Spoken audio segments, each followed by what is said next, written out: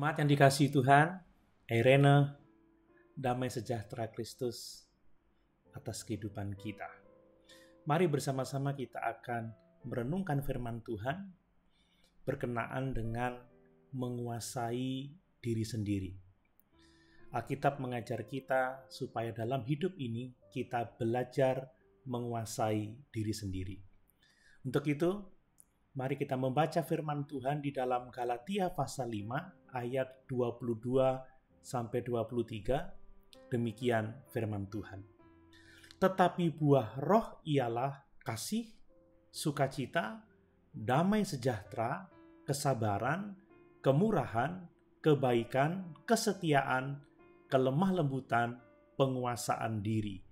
Tidak ada hukum yang menentang hal-hal itu.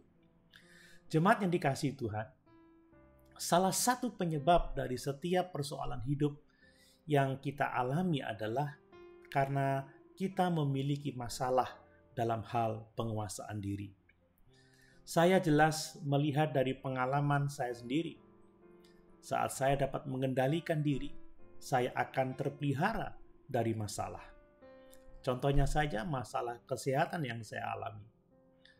Tentunya kita semua ingat beberapa waktu yang lalu saya sangat gemuk, dan karena kegemukan saya menderita perlemakan hati yang menyebabkan fibrosis. Dengan pengendalian diri, saya istirahat, mengatur pola makan, olahraga, maka saya menjadi sehat kembali. Karena berat badan saya turun, maka hati saya tidak lagi mengalami perlemakan. Tetapi saat saya ceroboh, saya mulai tidak dapat menguasai diri, istirahat tidak teratur lagi, tidak menjaga pola makan, dan sudah mulai jarang berolahraga, maka saya kembali gemuk dan sakit lagi. Jemaat yang dikasihi Tuhan, kebanyakan orang tidak dapat menguasai diri yang adalah buah dari pekerjaan Roh Kudus.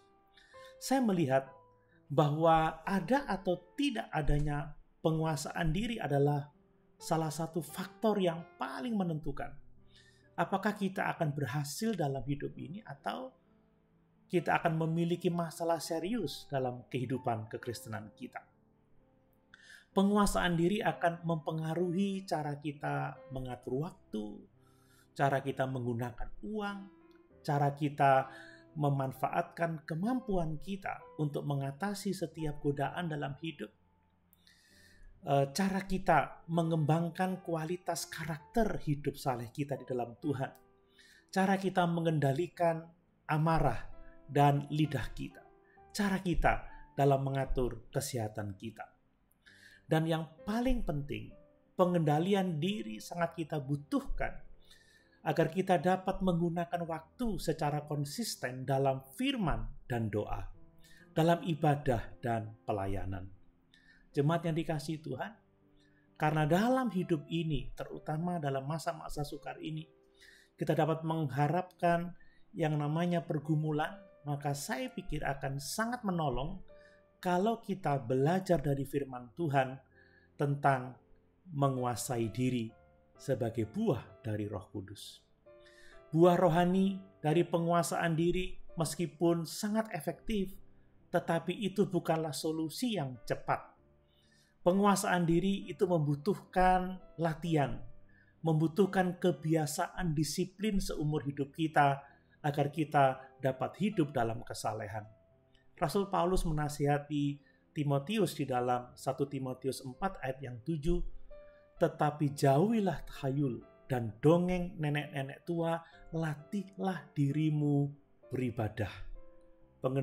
Pengendalian diri atau penguasaan diri membutuhkan latihan yang terus-menerus, latihan yang konsisten. Kita akan tergoda oleh orang-orang yang mengajarkan dan menjanjikan jawaban mudah tanpa penguasaan diri. Kita tidak boleh mempercayai hal itu. Disiplin sangat dibutuhkan untuk tujuan kesalehan, dan itu adalah cara yang ditentukan Tuhan untuk kita memiliki hidup saleh. Jemaat yang dikasihi Tuhan, Tuhan ingin kita belajar mengendalikan hidup kita, menguasai diri kita di bawah pimpinan Roh Kudus, agar dengan demikian kita dapat bertumbuh menjadi pribadi-pribadi yang saleh, yang memuliakan Tuhan. Haleluya. Tuhan Yesus memberkati.